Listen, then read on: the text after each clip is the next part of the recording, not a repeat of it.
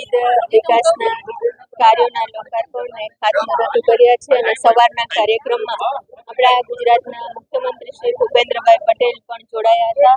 રાજકોટ મહાનગરપાલિકા અને શહેરી વિકાસ સત્તામંડળ અંતર્ગત 600 કરોડથી પણ વધારે વિકાસના કાર્યોના ખાતમુહૂર્ત તેમજ લોકાર્પણ કર્યા છે અને વર્ચ્યુઅલી આપણા મુખ્યમંત્રીશ્રીની ઉપસ્થિતિ પણ રહી હતી. એ ઉપરાંત લોધિકા તાલુકાના ખાતમુહૂર્તો અને લોકાર્પણો કર્યા છે. 25 કરોડથી વધારે રકમના કર્યા છે અને અત્યારે સમથિંગ 13 કરોડની આસપાસ ખોટા સાંગાણી તાલુકાના વિકાસના કાર્યોના લોકાર્પણ કર્યા છે અને ખૂબ અદ્યતન વેરાવળ ગ્રામ પંચાયતનું પણ લોકાર્પણ કરવામાં આવ્યું છે. સમગ્ર ગુજરાતમાં પ્રથમ એવી ગ્રામ પંચાયત હશે કે ખૂબ અદ્યતન સુવિધા સાથે અહીંયા બનાવવામાં આવી છે અને રાત્રિના 11 વાગ્યા સુધી લોકો માટે થઈને આ ગ્રામ પંચાયત પણ ખુલ્લી મૂકવામાં આવશે. ત્યારે સરપંચ શ્રી રવિરાજભાઈને પણ ખૂબ ખૂબ શુભેચ્છાઓ આપું છું. સાથે સાથે આવતીકાલે મહાશિવરાત્રી છે, ત્યારે મહાશિવરાત્રીની પણ ખૂબ ખૂબ શુભેચ્છાઓ. ભગવાન શિવ બધાના જીવનમાં ખૂબ જ સુખ શાંતિ અર્પે એવી શુભેચ્છાઓ વ્યક્ત કરું છું.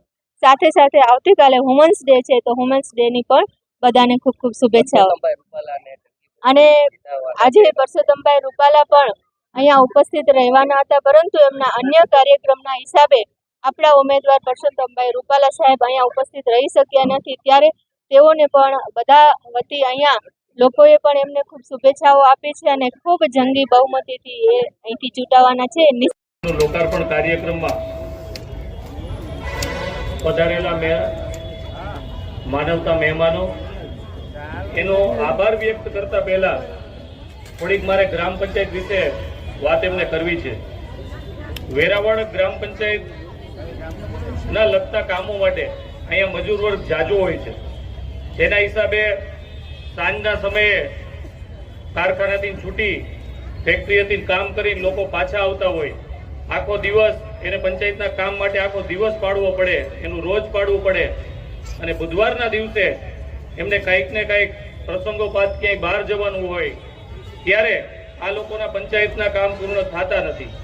ત્યારે અમારા પંચાયતના તમામ સદસ્ય સાથે રાખી અમે એક મીટિંગ કરી અને બધાએ નક્કી કર્યું. અને એમાં ખાસ જો સૌથી વધારે કોઈનો સહકાર હોય તો કારણ કે કર્મચારી ગણનો હોય.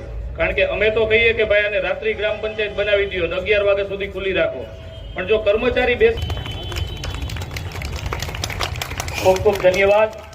આપ સૌ બહોળી સંખ્યામાં અહીંયા આપણા સરપંચ શ્રી વેરાવળ ગ્રામ પંચાયતના રવિરાજભાઈ, ગોપાલભાઈ, જિલ્લા ભાજપના મંત્રી રાજુભાઈ, કિસાન મોરચાના પ્રમુખ વિનુભાઈ, તાલુકા ભાજપ પ્રમુખ જસમતભાઈ, તેમજ મહામંત્રી ઘનશ્યામભાઈ, જિલ્લા ભાજપ અગ્રણી ધર્મેશભાઈ, ધીરુભાઈ, ગોવિંદભાઈ, કાળુબાપુ, મુકેશભાઈ, સર્વ ગ્રામ પંચાયતના સદસ્યશ્રીઓ, તાલુકા પંચાયતના સૌ આગેવાનશ્રીઓ, સૌ અધિકારીશ્રીઓ, મંચસ્થ સર્વ મહાનુભાવો તેમજ ખૂબ મોટી સંખ્યામાં ઉપસ્થિત બહેનો, ભાઈઓ, પ્રેસ મીડિયાના ભાઈઓ, સર્વપ્રથમ તો આવતીકાલે 8મી માર્ચ એટલે આંતરરાષ્ટ્રીય મહિલા દિવસ છે, વિશ્વ મહિલા દિવસ છે. ત્યારે વિશ્વની તમામ મહિલાઓને વિશ્વ મહિલા દિવસની ખૂબ ખૂબ શુભકામનાઓ પણ પાઠવું છું.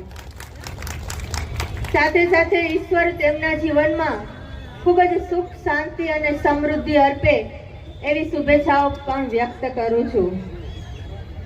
આજે સવારથી લઈને વિવિધ વિકાસના લોકાર્પણ અને ખાતમુહૂર્તો કર્યા છે. ત્યારે આજે સવારમાં આપણા ગુજરાતના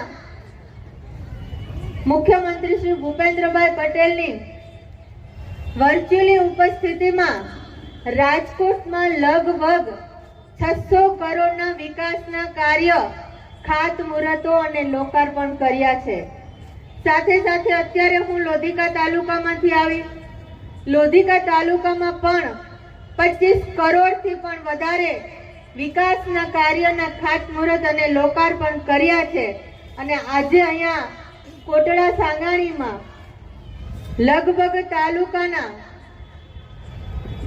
12 કરોડ 56 લાખના લોકાર્પણ ને સાથે સાથે આપણી આ 42 લાખના ખર્ચે બનેલી આપણી આ ગ્રામ પંચાયત, આમ કલ્પના કરો એક જ દિવસની હું વાત કરું, 638 કરોડના લોકાર્પણ અને ખાતમુહૂર્ત કર્યા.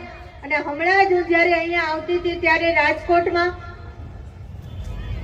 વોર્ડ નંબર 11 છે, 11માં ડીઆઈ પાઇપલાઇનના વિકાસના કાર્ય માટે અત્યારે જ 57 કરોડનું ટેન્ડર ખુલ્યું છે. અને અત્યારે મને ફોન હતો કે બેન તમે અહીંયા છો ને તો આવતીકાલે એનું પણ ખાતમુહૂર્ત કરી દઈએ. તો આ એક જ દિવસની અંદર સરકાર દ્વારા 695 કરોડના વિકાસના કાર્યની ભેટ આપણને રાજકોટને મળી છે.